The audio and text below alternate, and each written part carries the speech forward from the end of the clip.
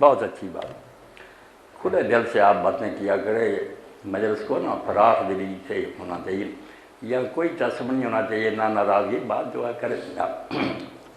میں نے جو بات کہی نا کہ نمازیں سب کی جان کا ثبوت, یہ جو بات نا کہ حدیثیں آ گئیں اس میں پھر صحیح اور ضعیف کا چکر کہ ناف کے نیچے کی بھی آتے ہیں. اب دوسرے لوگ کہتے ہیں اس میں فلاں راوی ضعیف ہے. اب جو سینے پر باندھنے والی ہیں ان کی بات میں اپنے عزیز کو بتاؤں گا کہ اب ریاض سے ایک شخص نے نئی نماز لکھی ہے, صحیح نماز نبی, علامہ البانی نے لکھی, مگر اس نے لکھی ہے, اس ڈاکٹر نے بہت اچھا لکھا. اس نے کہا یار کسی کے پلے بھی ایک صحیح روایت نہیں کہ آپ نے سینے پر ہاتھ باندھے. ناف والوں کے پاس بھی کوئی نہیں, سینے سب روایت, تینوں جو روایتیں تھیں نا مرسل اور ضعیف, سب پر اس نے تبصرہ کیا کون صحیح ہے.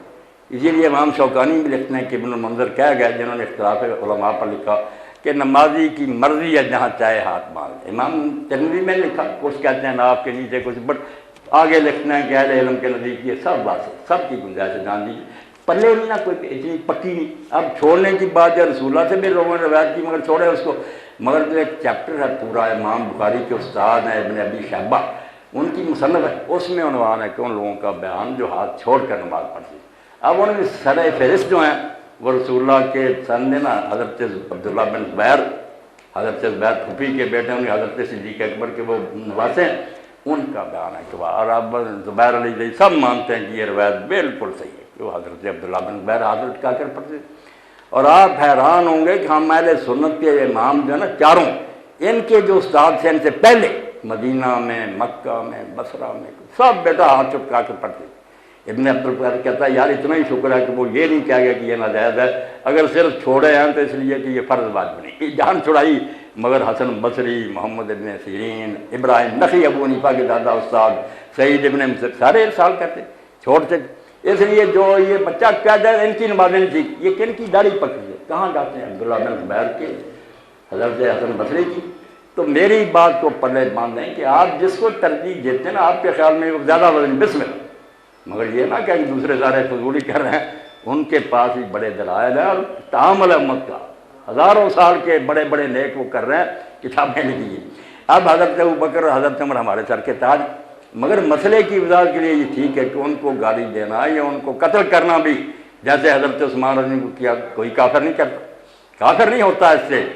حضرت ابوبکر آپ مسئلے کو حد تک رکھا کریں نا, گالی دینا یا قتل کرنا گناہ ہی بنتا ہے, گناہ کبیرہ کہہ رہے, مگر کفر نہیں. کفر تو نام ہے کہ رسول اللہ کا انکار کرتا. کوئی نامراد یہ کہہ جس کو میں نبی مانتا تھا اب نہیں مانتا, کافر ہو گیا, اسلام سے نکل گیا. ورنہ حضرت عثمان رضی اللہ عنہ کے خلاف جو لوگ اٹھے زبانی بھی نہیں برا برا قتل کر دیے.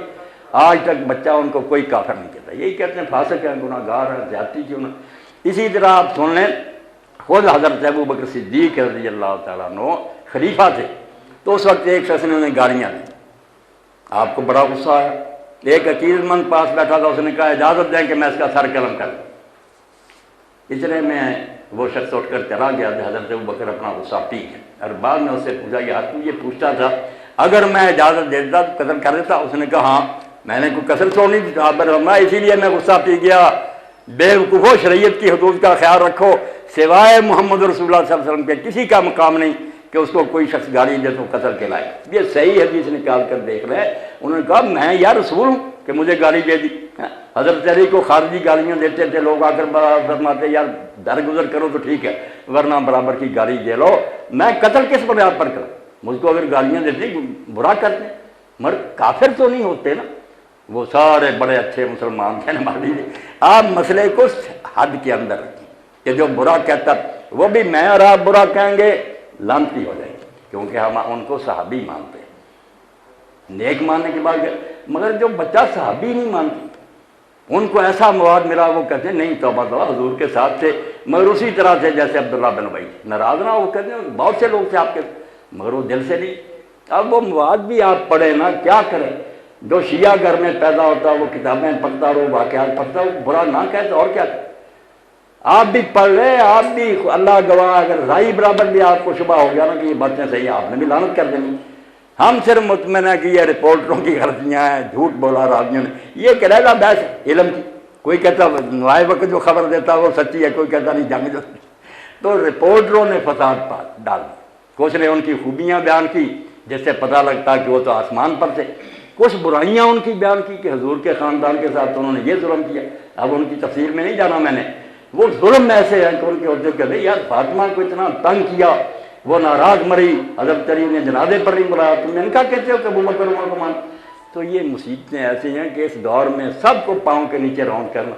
شیعہ بھی رحم کریں, یہ جھگڑے اللہ پر چھوڑے. اب جو ہے نا کہ سارے مسلمان مل کر کافروں کا مقابلہ کریں اور اپنی جان بچائیں, اس کے لیے اکٹھے ہو جائے, ورنہ ان جھگڑوں میں پڑے رہنا بس تباہی تباہی, پھر کچھ نہیں بنے. میری دعوت یہی ہے کہ ایک ہو جاؤ,